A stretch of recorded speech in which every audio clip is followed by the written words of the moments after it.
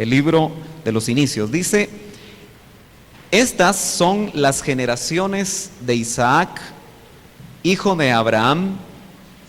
Abraham engendró a Isaac. Tenía Isaac 40 años cuando tomó por mujer a Rebeca. Verso 26. Y después salió su hermano con su mano asida al talón de Esaú, y lo llamaron Jacob. Isaac tenía 60 años cuando ella los dio a luz. Verso 27. Los niños crecieron y Esaú llegó a ser diestro cazador, hombre del campo, pero Jacob era hombre pacífico, que habitaba en tiendas. Verso 28, ese es el clave. Y amaba a Isaac a Esaú porque le gustaba lo que cazaba, pero Rebeca amaba a Jacob. Vamos a orar. Levante su mano, vamos a poner nuestras peticiones. Amén. Por la fe en la mano derecha. Amén. Si no hay mano derecha, hay mano izquierda. Aleluya. Gloria a Dios. Padre, en esta hora nosotros te alabamos, Señor, y te bendecimos. Levantamos, Señor, nuestra mano, sabiendo, Señor, que tú ves cuando tus hijos, Señor, estamos dispuestos a clamar y a venir delante de ti, Señor, necesitados. Nuestras peticiones, Señor, las ponemos delante de tu presencia. Padre, que nuestras oraciones suban como el incienso y puedan llegar hasta tu presencia y puedan ser de olor grato a tus narices, Señor. Te lo pedimos, Padre. Te pedimos, Señor, que tú oigas la necesidad de tu pueblo. Señor, visita a tu pueblo en la necesidad, Señor, y obra conforme a tu misericordia. Señor, que estas peticiones que se escribieron, Padre, al hacer contacto, Señor, mi mano con ellas, yo te pido, Señor, que tú obres poderosamente. Donde haya que llevar sanidad, lleva sanidad. Donde tú, Señor, haya que llevar provisión, lleva provisión, Señor. En el nombre de Jesús, nosotros confiamos y creemos, Señor, y recibimos por la fe la respuesta, Señor, a nuestras peticiones. Envíanos tu palabra. Háblanos, Señor, a nuestras familias, que nuestros corazones estén abiertos para tu palabra en esta noche, en el nombre poderoso de Jesús. Amén. Gloria a Dios. Puede sentarse, hermano.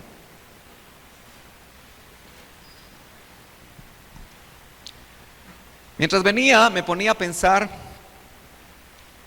que cuando programamos martes doctrinales, viernes familiares,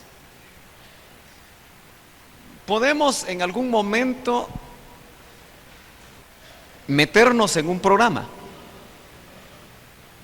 Es bueno porque nos permite enfilar sobre algunos puntos importantes en cuanto a lo que es la doctrina y en cuanto a lo que es la familia. Pero déjeme decirle que yo estoy tratando de no meterme a programas. Creo que el Espíritu Santo en estos tiempos nos quiere hablar y quiere tener la libertad para que nosotros podamos ser sensibles a su voz.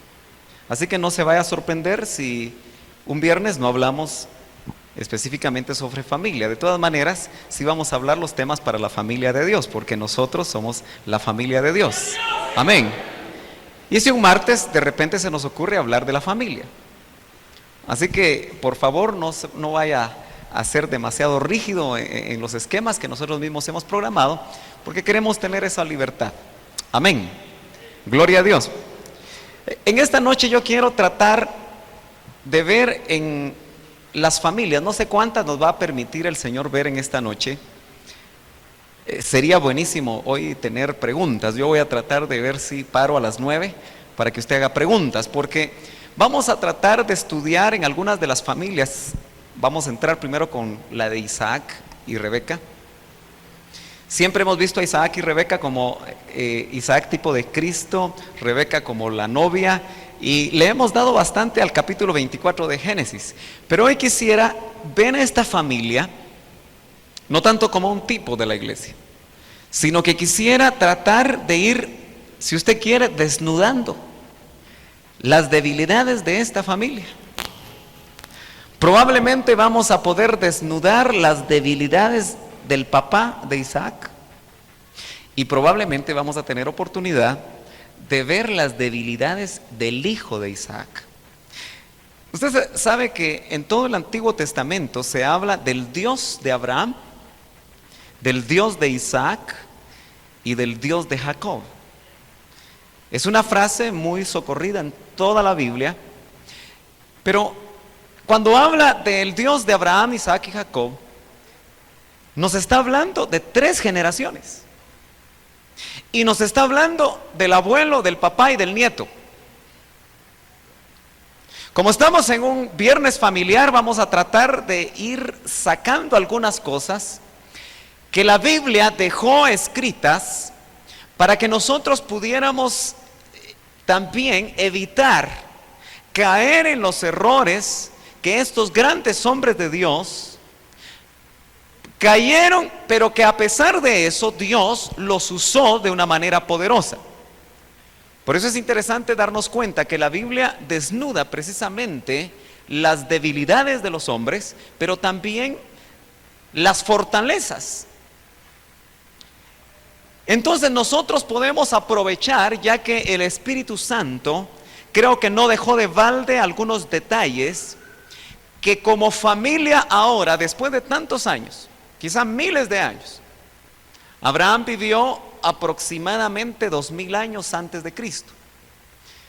Eso significa que principios que se vieron o que se desarrollaron en la familia de este hombre a 4000 años de distancia todavía siguen teniendo vigencia, y todavía el Espíritu Santo nos quiere enseñar a nosotros cosas importantes a través de ellos.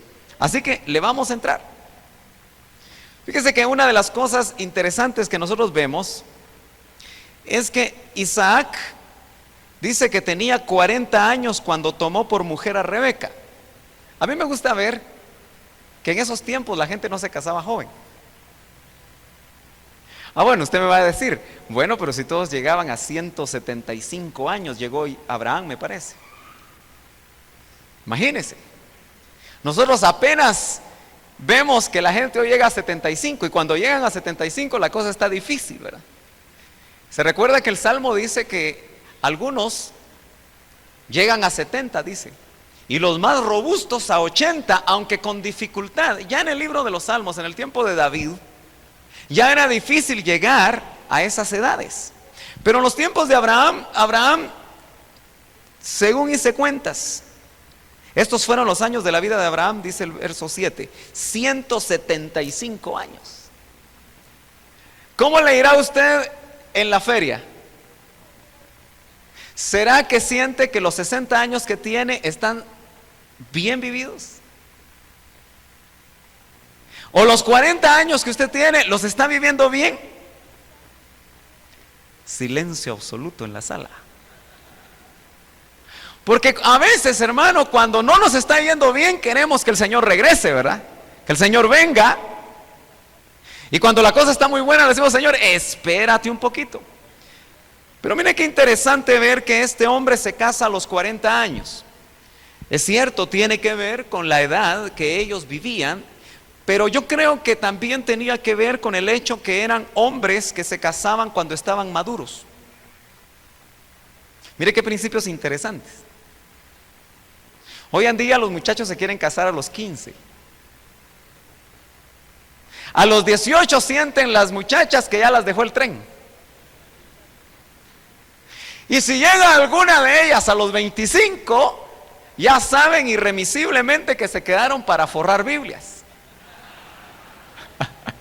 Y es donde les empieza a entrar una enorme preocupación, y de repente se terminan casando con el primero que pasa. Y al año vienen a que uno les arregle el problema. Decía el doctor Ríos, cuando él tenía que aconsejar matrimonios, él siempre decía esto y uno se reía, pero es una tremenda verdad. Dice, ellos hacen el nudo y después quieren que uno se los deshaga. Y de verdad a veces hay matrimonios cuyas vidas son un nudo. Y no de 2 o 3 dobleces como vemos, cordón de 2 o 3 dobleces, ¿verdad? Que también tiene una explicación o tiene una aplicación interesante. No es eso, sino que a veces nosotros mismos nos complicamos. Yo no le voy a decir a usted, porque hay padres, hay jóvenes y hay niños acá, pero no le voy a decir a usted cuál es la edad exacta para casarse. Porque otro de los principios interesantes es que Isaac no escogió la fecha ni la edad en la que se iba a casar.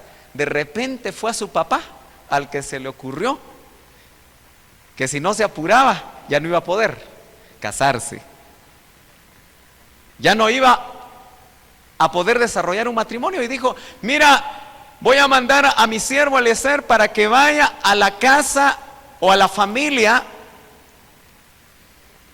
a mi familia, para que no se case con ninguna cananea. Usted conoce esos detalles. Pero fue el padre el que tuvo que ver en la elección, que tuvo que ver en el tiempo, porque es interesante notar que en la Biblia los padres tienen que ver en la elección. ¿Usted cree que en estos tiempos esos principios todavía se pueden poner en práctica? ¿Qué dicen los jóvenes? ¿Será que los padres deberían de ser tomados en cuenta cuando usted empieza a sentir que cuando ve un joven, señorita, se le empieza a salir el corazón y le empieza a hacer pum, pum, pum, pum? ¿Será que usted debería de tener la confianza de llegar a su mamá y principalmente a su papá, que es la cobertura, que es la cabeza, que es la autoridad en casa, a comentarle que a usted, aquel hermano de la alabanza que toca el teclado, como son varios, ¿verdad? Así que no se den por aludidos, le hace ojitos desde ahí? Lo que no sabe es que tiene tic el hermano, ¿verdad? Y ella cree que le está haciendo ojitos. Gloria a Dios. Pero ¿no cree usted que los padres en el inicio del siglo XXI todavía deberíamos de ser tomados en cuenta?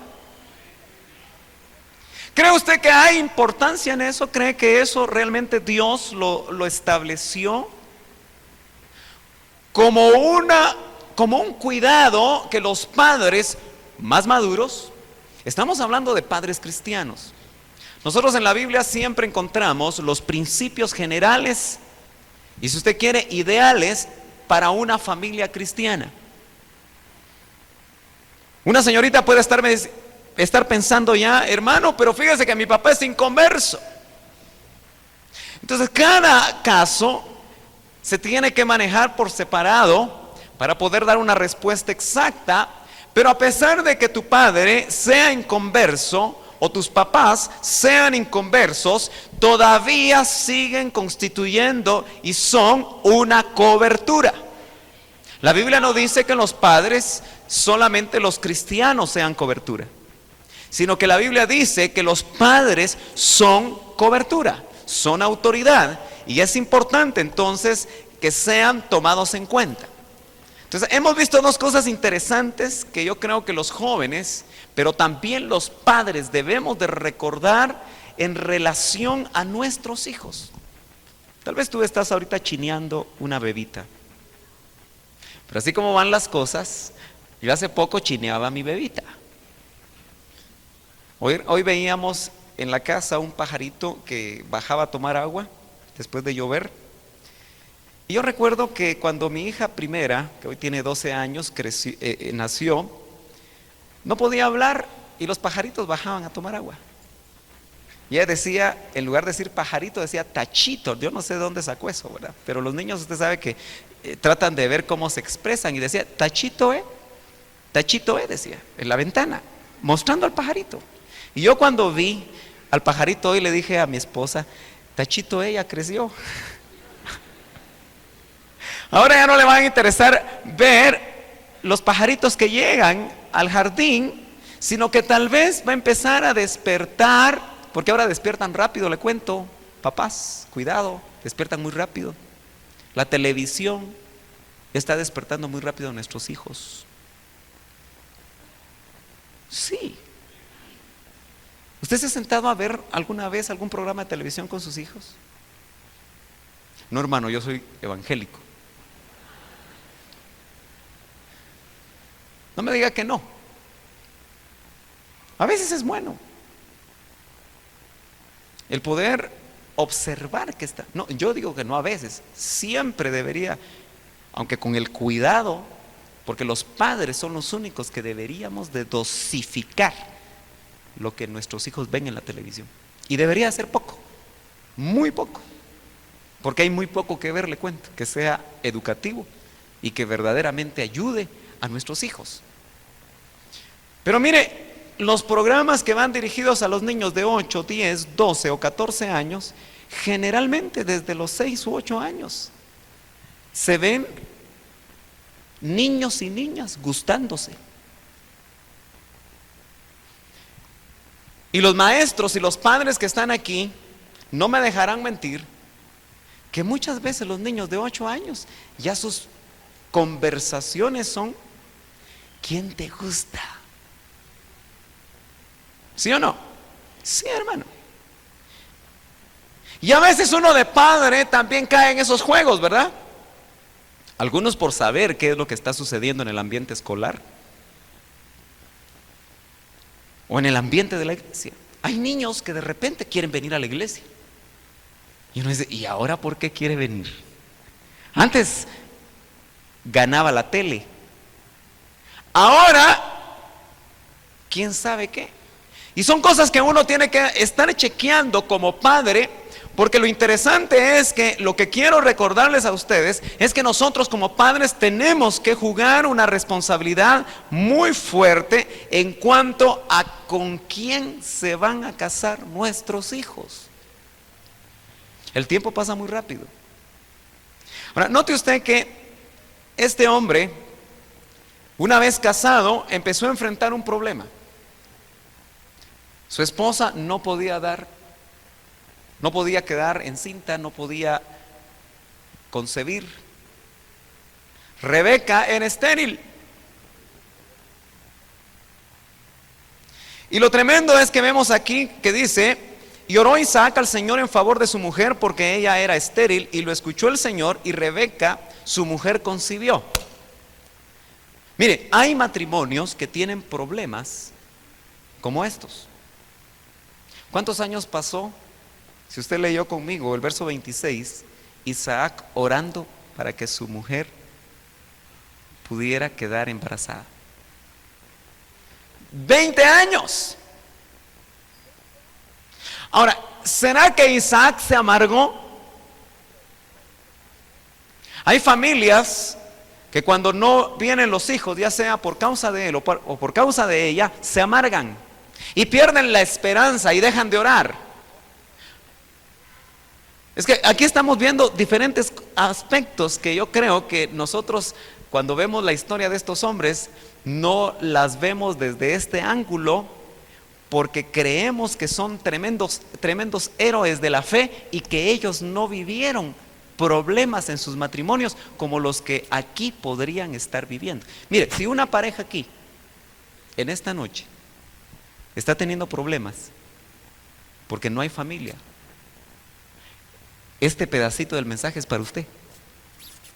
Isaac no se amargó, esperaron pacientemente con Rebeca, y dice que, aunque la Biblia da la idea aquí como que una vez oró Isaac en favor de su mujer porque ella era estéril, lo escuchó el Señor y Rebeca, su mujer, concibió. ¿Usted cree que Isaac hasta los 20 años empezó a orar?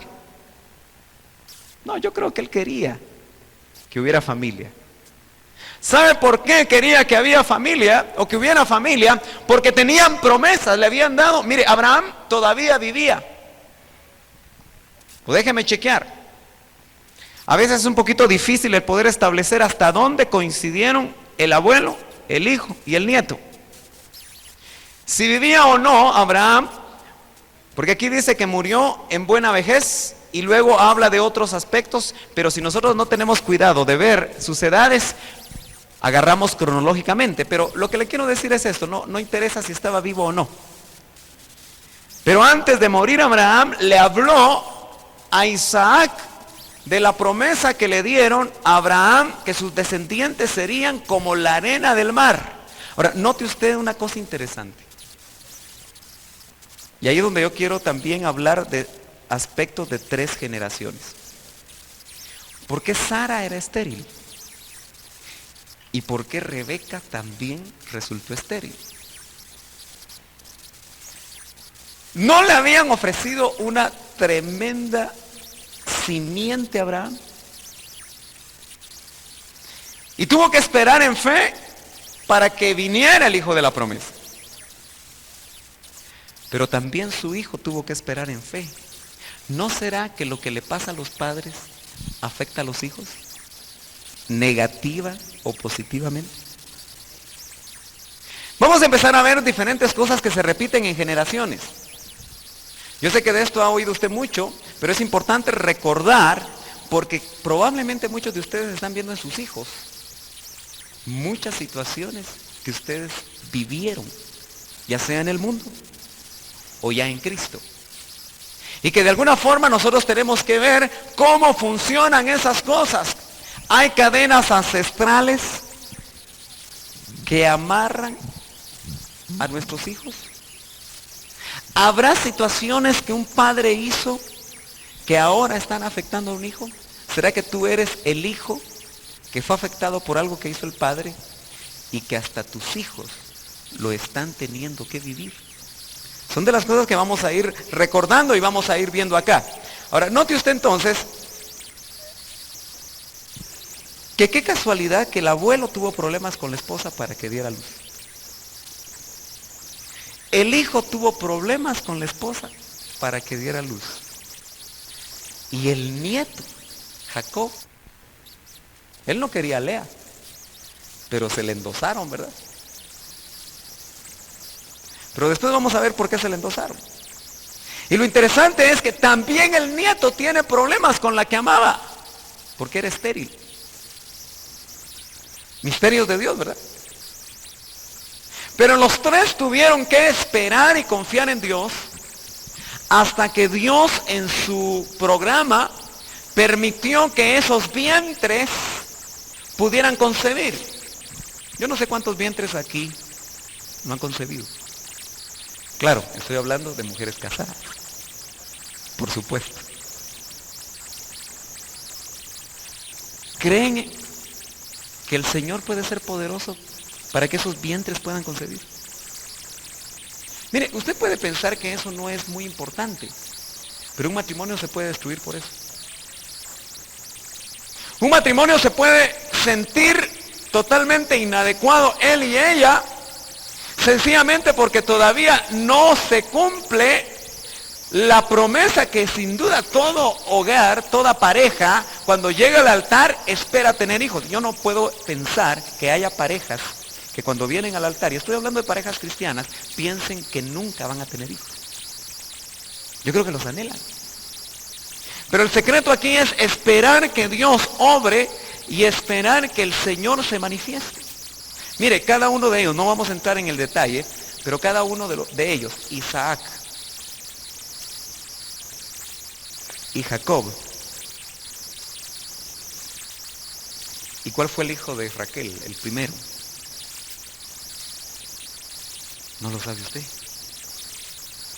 José. Fíjese que esos 3 hijos fueron hijos nacidos por un milagro de Dios. Tenga un plan de Dios. Maravilloso. Pero sigamos adelante. Vamos a ver otros aspectos. Esperó por algo, por fueron 2. 2 por el precio de 1. Y Esaú llegó a ser diestro cazador, hombre del campo, pero Jacob era hombre pacífico. Aquí yo quiero trasladarle a usted un principio como papá y mamá, que es bien importante que nosotros recordemos. Es bien sencillo, pero muchas veces nos permite, el no recordarlos o el no estar consciente de ello, nos hace a nosotros como padres cometer muchos errores. Y lo que sucede es que aunque hayan sido mellizos, eran diferentes. Aunque hayan ellos nacido con diferencias de 1 minuto, 2 minutos, no sé, pero parece que fue casi instantáneo, porque lo que dice la Biblia es que Jacob agarró el talón de Esaú, entonces salieron casi juntos. Pero a pesar de eso, eran diferentes. No solo físicamente, sino que tenían ciertas cercanías y ciertos gustos diferentes, que después en el tiempo se manifestaron, y nosotros muchas veces como padres no nos damos cuenta de las diferencias de nuestros hijos. Fíjese que yo tengo 3 hijas, un solo sexo. Y uno dice, bueno, es más fácil criar hijas. Incluso uno se pone a pensar que la ropa de la primera lo va a usar la segunda, y que la ropa de la segunda la va a usar la tercera. Y dice uno, me salió barato. ¿Dónde usted? Da la casualidad que lo que se le puso a la primera, la segunda no lo quiere porque no le gusta. Amén, dicen las.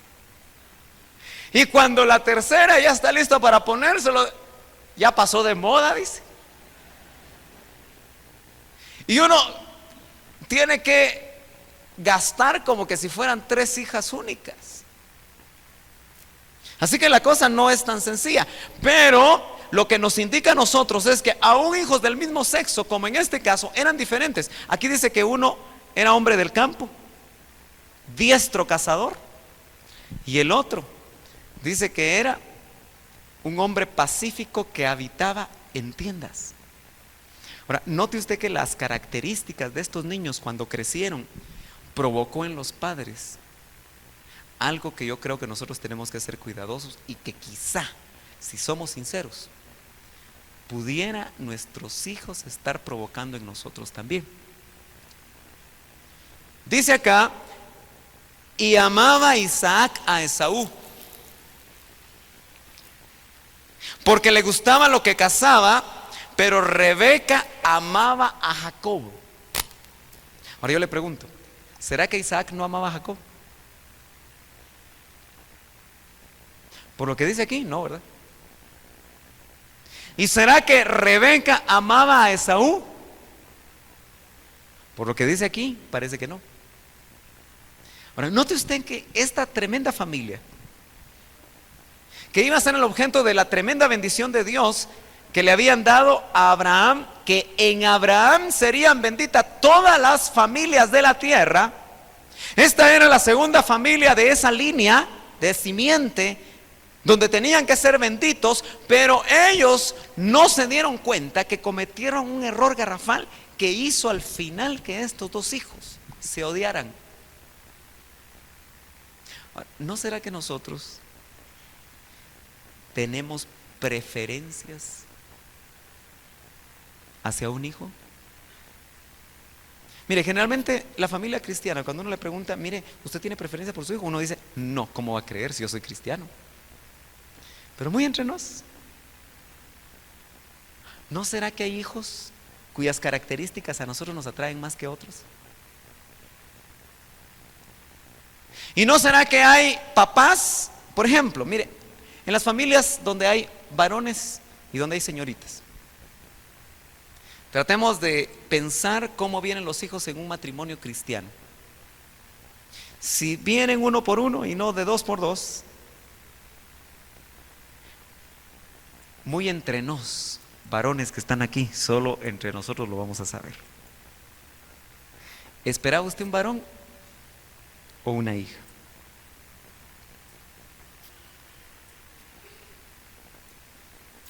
Yo sé que no me va a responder y espero que no me responda, ¿verdad? No vaya a ser que nos metamos en problemas. Pero le voy a contar. Cuando vino mi primera hija, yo en lo personal no quise pensar, cuando me casé, en definir en mi mente que quería tener o un varón o una hija primero, porque había logrado entender el tremendo impacto negativo que uno puede hacer en un bebé que se está formando en el vientre de una madre, esperando uno que sea varón, y en realidad lo que se está formando ahí es una mujer. Pero vino mi primera hija, vino mi segunda hija, y adivine qué pasó cuando venía la tercera. Cuando nació mi tercera hija, yo recuerdo que un pastor amigo me llamó por teléfono para consolarme, porque creía que yo quería un varón. Y yo le dije: mire, hermano, yo me siento feliz con lo que Dios mandó. Y no le estoy haciendo aquí el cuento de la abuelita para que usted diga: ay, ese hermano, qué bien. Dios en su misericordia le abre los ojos a uno. Y el crecer en el Evangelio y tener las luces que el Señor trasladó a través de ese ministerio que nos cubrió, a mí me permitió estar, yo diría, más o menos preparado.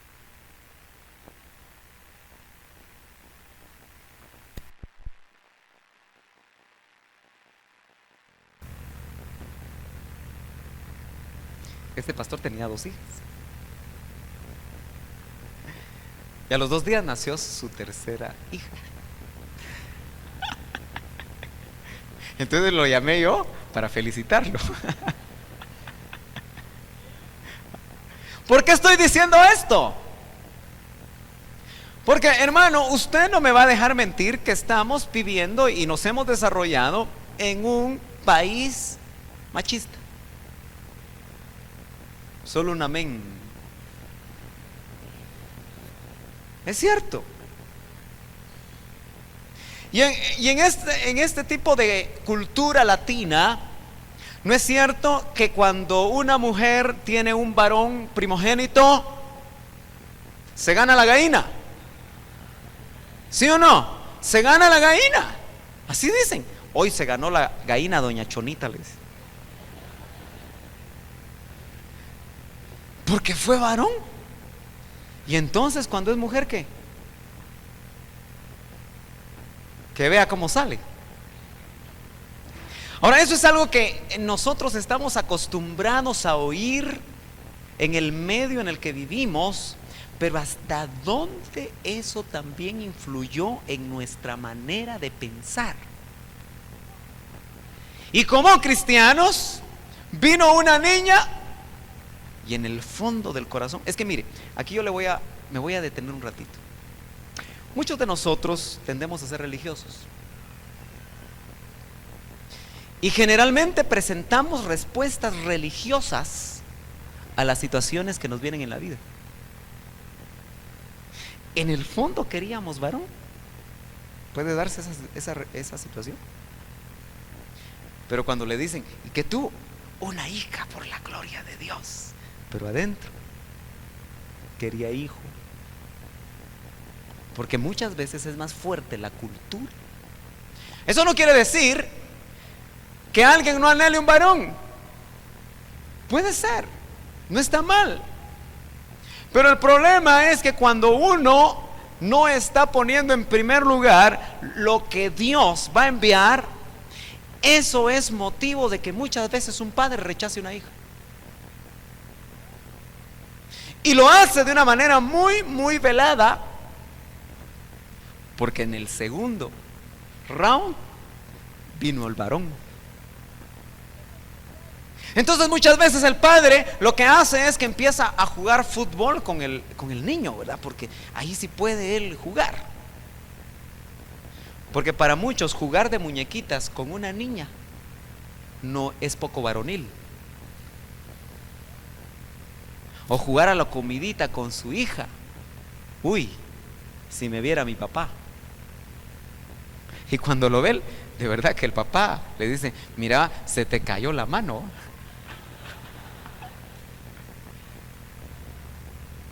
Dígame usted, ¿a cuántos papás ha visto usted jugar de comidita con sus hijas?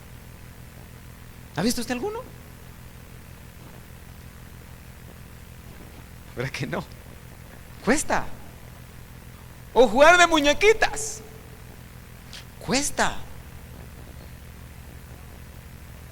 Entonces, muchas veces, la cercanía que se tiene con los hijos varones de parte del padre hace que muchas mujeres crezcan con un sentimiento en su corazón de rechazo por parte del padre.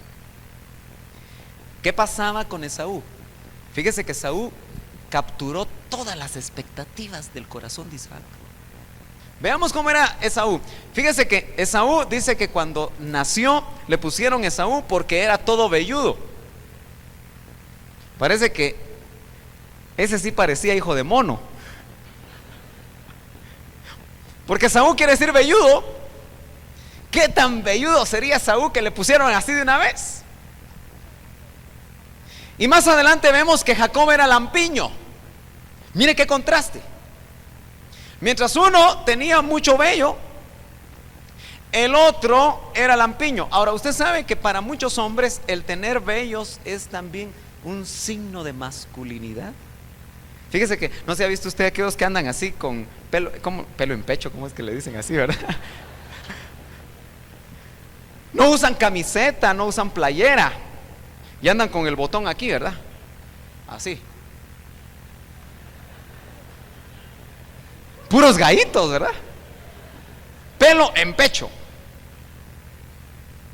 Sí, porque son conceptos que se manejan en la sociedad.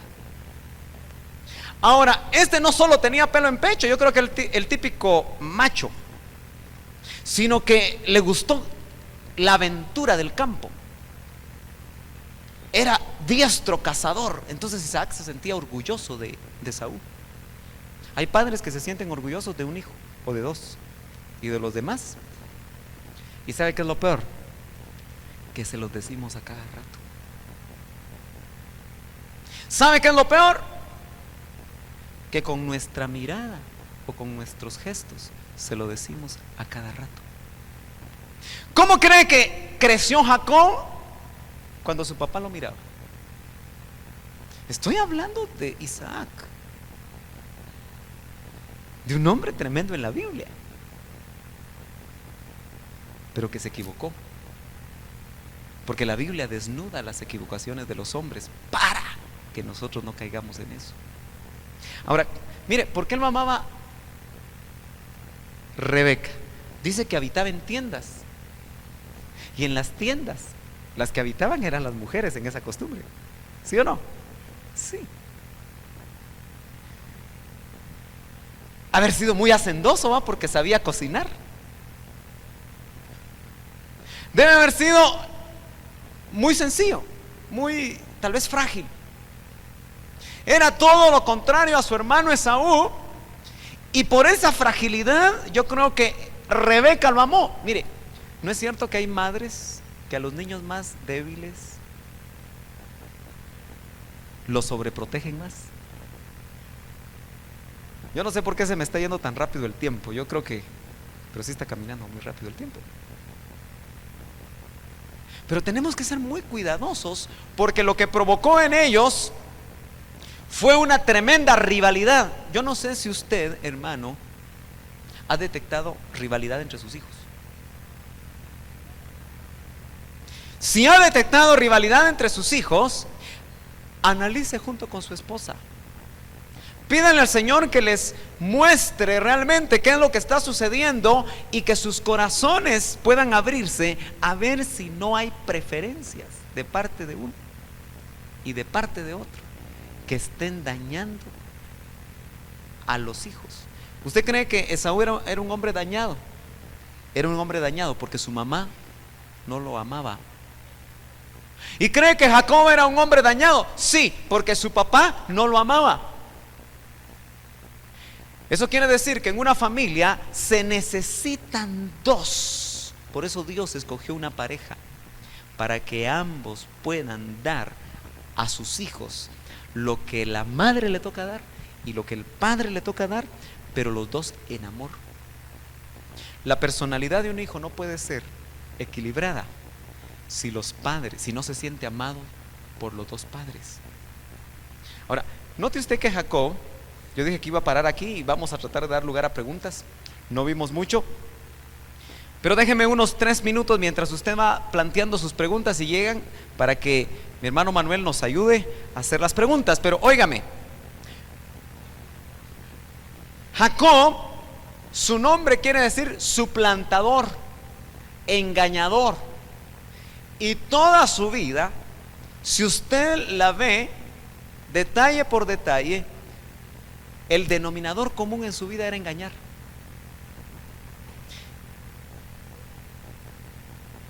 Por eso le pusieron ese nombre. Fíjese qué tremendo es que nosotros muchas veces no cuidamos hasta qué nombre le ponemos a nuestros hijos.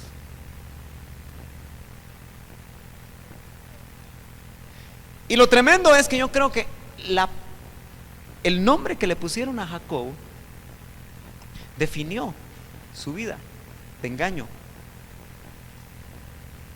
Pero lo más tremendo es que por ser engañador, la vida de este hombre sufrió un montón de engaños. Usted sabe que cuando llegó con Labán encontró la horma de su zapato, ¿verdad? Dice que lo engañó con Lea. Y después dice que 10 veces le cambió el salario, lo engañó 10 veces.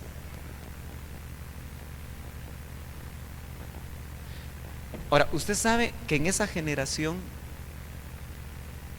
o en esas 3 generaciones, hubo ancestros de engaño. ¿Se recuerda usted cuando Abraham bajó con su esposa Sara, que era muy guapa? Por eso, esposos, tengan cuidado con sus esposas guapas. No vaya a ser que les pase lo de Abraham, ¿verdad? Tuvo miedo. Gracias a Dios ahora no vivimos esas culturas. Que lo mataran por su esposa. Hoy hay esposos que tienen miedo porque las personalidades a veces de sus esposas los hacen sentir a ellos menos. O al revés, ¿verdad? Esposas que se sienten menos con las personalidades de sus esposos. Pero óigame rapidito. Él baja y dice que es su hermana. Engaña. Y lo hace 2 veces. Lo hace con el faraón y lo hace, gloria a Dios, y lo hace con Elimelec o Abimelec, me parece que es. Pero lo hace en 2 ocasiones. Prefiere salvar su vida. Y lo más tremendo es que con Faraón, aunque no se ve muy claro, Faraón sí se la llevó. El otro todavía tuvo ojos y se dio cuenta que era la esposa. Pero ¿qué hizo Isaac en la segunda generación? Lo mismo. Y con la misma persona, con el mismo rey. Tuvo otra vez temor, y esa semilla de engaño que había trasladado Abraham en el corazón de Isaac fructificó cíclicamente. Y también engañó. Y tuvieron un engañador en la tercera generación. Y lo más tremendo es que ese engaño estuvo ahí latente. Y Jacob sufrió por 20 años también los engaños de Labán. Ahora, hay generaciones, hay familias que vienen acarreando ancestralmente maldiciones, pactos, cadenas, vicios. Usted sabe que hasta votos de pobreza. Hay generaciones que el abuelo se divorció, la hija se divorció, el nieto se divorció y el bisnieto está por divorciarse. Y uno cree que son casualidades. Uno cree que eso no sucede porque haya una cadena ancestral. Es importante que nosotros podamos ir chequeando en nuestras familias. ¿Y saben qué? Lo vemos en nuestros hijos. ¿Ha notado usted que si a usted le gustaba el fútbol, hay un hijo que le gusta el fútbol? ¿Ha notado que si usted era muy amigable con las mujeres, hay un muchacho que también es pinto y parado a usted? Y uno dice, ¿y por qué? Porque hay puertas que se abren y que necesitamos cerrar. Lo más maravilloso es saber que Dios puede restaurar todas las cosas. Y las promesas para Abraham, Isaac y Jacob se cumplieron. Hoy no tuvimos tiempo de ver, probablemente el otro viernes podamos ver algunos otros detalles prácticos. Y yo quisiera que usted, a través de sus preguntas, yo creo que ya hay, podemos ampliar un poquito más el tema, porque son temas bien prácticos, pero que los podemos ver a la luz de estas circunstancias complicadas que vivieron estos hombres. Amén.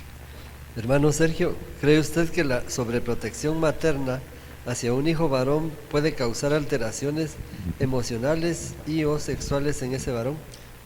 Yo creo que sí. Fíjese que lo más tremendo es que el varón, el padre, define identidad en los hijos. ¿Qué quiere decir definir identidad? Identidad es ¿quién soy yo? Y muchas veces se ha encontrado que la abundancia de homosexualismo, tanto en hombres como en mujeres, está tremendamente relacionado con la ausencia del padre. Y cuando un hijo está extremadamente sobreprotegido por una mamá, es de ser cuidadoso. Probablemente aquí las madres solteras dirán, hermano, pero ¿yo qué hago? Juegue su papel equilibradamente. Fíjese que hay madres solteras que quieren ser mamá y papá, y la mamá solo puede ser mamá, no puede ser mamá y papá. Una mujer no puede ser papá. Eso es algo que debe de quitarle la carga a las madres solteras. ¿Y qué hago porque mi hijo es rebelde? Dice que Dios es el padre del huérfano y que es el esposo de la viuda. Entonces usted juegue su papel. Pero volviendo al punto, yo creo que tenemos que ser muy cuidadosos en la manera como se sobreprotege a un hijo varón. Yo creo que, aunque no vemos aquí ningún tipo de tendencia de ese tipo en Jacob, sí es llamativo ver cómo la madre camina con él todo el tiempo, incluso le da las instrucciones para que reciba bendición. Incluso le dice cómo engañar al papá. Fíjese qué tremendo. Hay mamás que le enseñan a sus hijos cómo engañar al papá para obtener las cosas que ellos quieren. Pero creo que, siendo específico, debemos de ser cuidadosos. Yo creo que cuando hay un hogar donde el padre está muy ausente, es importante que el padre juegue equilibradamente su papel con la madre. Muchas mamás tienen que estar muy pegados a sus hijos, especialmente a los hijos varones, porque creen que sobreprotegiéndolos les van a evitar que ellos caigan en problemas más adelante. Y lo que sucede está que ahí lo que tiene que es el que tiene que jugar su papel importante es el padre, porque mire, un varón necesita ver al padre moverse, desarrollarse. ¿Qué hace el papá? Mucho del desarrollo emocional es por estar observando qué es lo que hace el papá, cómo actúa el papá. Entonces es importante que se logre cuidar ese equilibrio. Tal vez yo amplío un poquito esto. ¿Por qué será que en la cultura judía los hijos están hasta los 12 en el caso de la hija y hasta los 13 en el caso del hijo, en íntima relación con la mamá? Y a partir de esas edades es el papá el que empieza a jugar un papel importante, y por eso ellos hacen hasta una fiesta para la madre entregárselo al padre, y el padre lo recibe como hijo para jugar el papel que tiene que jugar él como papá. Es porque precisamente ellos, que capturaron en su cultura principios de Dios, lo que anhelan es jugar como papás el papel que tienen que jugar. Entonces, tanto la hija como el hijo a esas edades necesitan más de cerca a su papá. Y es cuando el papá generalmente está ausente por diferentes circunstancias. ¿Por qué hay más problemas con los hijos de en medio? Buena pregunta. Yo también me la hago. Fíjese que nosotros a veces hemos enmarcado a los segundos hijos como los hijos sándwich. Sí, le decimos, es el sanguchito, decimos. Yo recuerdo que alguien me decía, mire, no va a tener, tenga hijos pares, me decía, 2, 4 o 6, pero no tenga hijos impares, porque cuando hay 3, el segundo se vuelve un sándwich. Y tenemos que ver por qué dicen eso. El primero se le da ciertas responsabilidades y ciertos privilegios por ser el primogénito. Y el último, porque es el chiquito, ¿verdad? El menor, el Benjamín, el que uno quiere de una manera especial. Muchas veces sucede eso, ¿verdad? Sí, si somos sinceros, a veces sucede eso. Y tienen una manera los pequeñitos de ganarse a los padres, que generalmente el primero y el tercero se sienten muy bien, pero el en medio, el segundo, se siente rechazado. ¿Y saben qué es lo más tremendo? Que muchas veces el primogénito anda con el papá, y el último, como tiene más cuidado, está más chiquito, anda con la mamá. Y el segundo siente que papá no lo ama y siente que mamá no lo ama. Entonces, uno de los factores más importantes que creo que tienen que batallar los segundos hijos es con el rechazo. Otro de los factores que muchas veces puede afectar son cosas que hay que meditar. Es que muchas veces el segundo viene muy rápido, como dicen por ahí, ¿verdad? Y eso son cosas que tenemos que ir quitando de nuestro léxico porque dañan. Se me coló, decimos. ¿Cómo que se me coló? Eso está bueno para los del mundo. Pero ¿no cree usted que nuestros hijos llegaron en el justo momento en el que Dios quiso que llegaran? Yo creo que tenemos que empezar a renovar nuestra mente. Eso no es que se coló. Ay, sí, pero imagínese usted, acababa de dar a luz y el hombre me buscó. Y a los otros 9 meses, ahí vino el segundo. Entonces muchas madres rechazan a los segundos porque están tan cargadas con el primero que atrás viene el otro. Entonces muchas veces, mire, hay muchas madres que con los segundos hijos, desde que quedaron embarazadas, rechazaron ese embarazo porque era presión. A veces hay presiones de tipo económico. No es lo mismo criar 2 que criar 1. Y a veces las presiones son del padre, otra vez embarazada, y la madre se siente mal. Y usted sabe que ese ser que se está formando, aunque tenga semanas, dicen que a las 5 semanas el oído ya se desarrolló. Eso quiere decir que ya oyen. Por eso cualquier aborto sigue siendo asesinato. Le cuento que en México ya es legal el aborto. La Iglesia del Señor debería de orar, dicho sea de paso, para que en Guatemala eso no se legalice, porque es legalizar asesinatos. Pero eso es entre paréntesis. Entonces, disculpe que sea largo en el segundo, pero yo creo que eso es bien importante. Quizá haya muchas inquietudes respecto a eso. Yo creo que nosotros tenemos que ser muy cuidadosos. Yo pienso que la mayoría de veces tienen que batallar con sentimientos de rechazo, y el rechazo generalmente se expresa en rebeldía. Por otro lado, el segundo siempre compite con el primero. Si el primero es deportista, él quiere ser intelectual. Si el primero es buen estudiante, él quiere ser deportista, porque está compitiendo. Ahora, ¿por qué compite con el primero? Por la tensión que muchas veces genera el primogénito. Casi siempre uno mira que los primogénitos son responsables y los segundos son inquietos y no son tan responsables como el primero. Y uno gratifica al primero por ser responsable, mientras que el otro dice, aprende de tu hermano. Aprende de tu hermano. Ese es el peor veneno que usted puede poner en el alma de un segundo hijo. Porque lo que está haciendo es anular su personalidad. Yo creo que nosotros debemos de tener mucho cuidado con los hijos segundos para ministrar su alma. ¿Cómo puedo evitar la rivalidad con mi hermana? Bueno, ahí están los frutos, ¿verdad? A mí me gustan cuando las preguntas son sinceras, que nos quitamos un poquito el manto religioso y preguntamos lo que verdaderamente está en el corazón.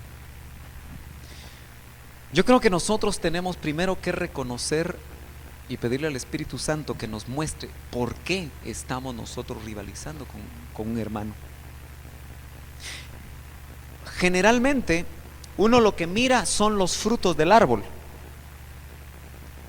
Me quitó el vestido que más me gustaba, se puso mis zapatos, me quitó el novio. Pero esos son los frutos. Pero las raíces están en situaciones que pasaron muchas veces de niños en relación con los mismos padres, que dañaron el corazón y no hubo perdón. Y esas situaciones se olvidaron, se dejaron ahí guardadas, tal vez hasta en el inconsciente o en el subconsciente.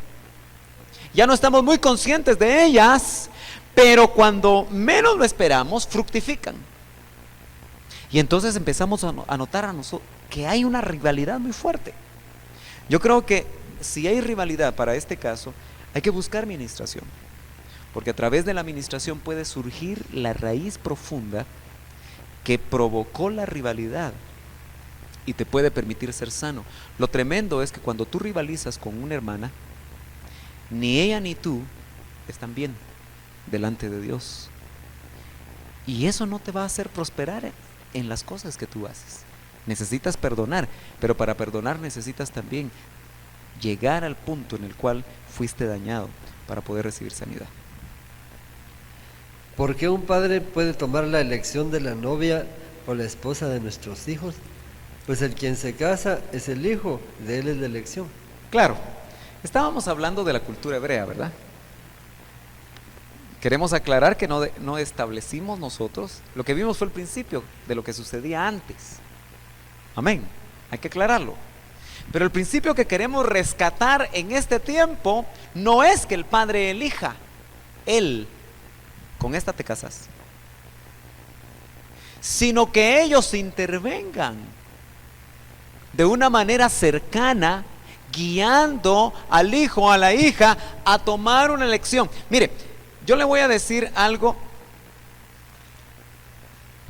que está aquí en el verso 34, capítulo 26, que está muy ad hoc a la pregunta que hicieron. Dice, cuando Esaú tenía 40 años se casó con Judith. Qué casualidad que Esaú se casó cabal a la edad que se casó su papá, a los 40 años. Interesante, ¿verdad? Hija de Beeri Eteo y con Basemat, hija de Elón Eteo. Este era 2 por 1. De a 2 se fue. Pero miren, eran hijas de los cananeos. Mientras que su papá se había casado con una hija de la familia. Porque Abraham le pidió a aquel criado que no dejara que su hijo se casara con cananeas. El principio era no mezclarse con las cananeas, era el principio de Dios. Pero Esaú se mezcló, y se mezcló de una vez con 2. Ahora note lo que pasó en el verso 35. Y ellas, las esposas de Esaú, hicieron la vida insoportable para Isaac y Rebeca. Eso va a ser asunto de otro tema. Relaciones nueras, yernos y suegras. Pero note usted que la decisión equivocada de Esaú, ¿usted cree que ahí tuvo Isaac y Rebeca, pudieron participar como participó Abraham en la elección? Porque en ese tiempo ellos eran los que elegían. Aunque note usted que en Rebeca hubo algo sobrenatural y especial, pero lo que ahora yo creo que debemos de tomar en cuenta para todos los jóvenes que están haciendo esas preguntas, porque esa pregunta era de un joven, es que tus padres deberían de participar en tu matrimonio. ¿Cómo? Hay amistad, compromiso y matrimonio. En la amistad, si tú andas en amistad con alguna hermana, tus padres deben de conocer esa amistad. Ay, hermano, pero me han alejado 10. Porque eso es lo que sucede muchas veces, ¿verdad? Pero ¿qué tal si las 10 eran hijas de las cananeas? ¿Qué tal si los 10, aunque no creo que sea tan exagerada la cosa, ¿verdad?, eran príncipes del desierto?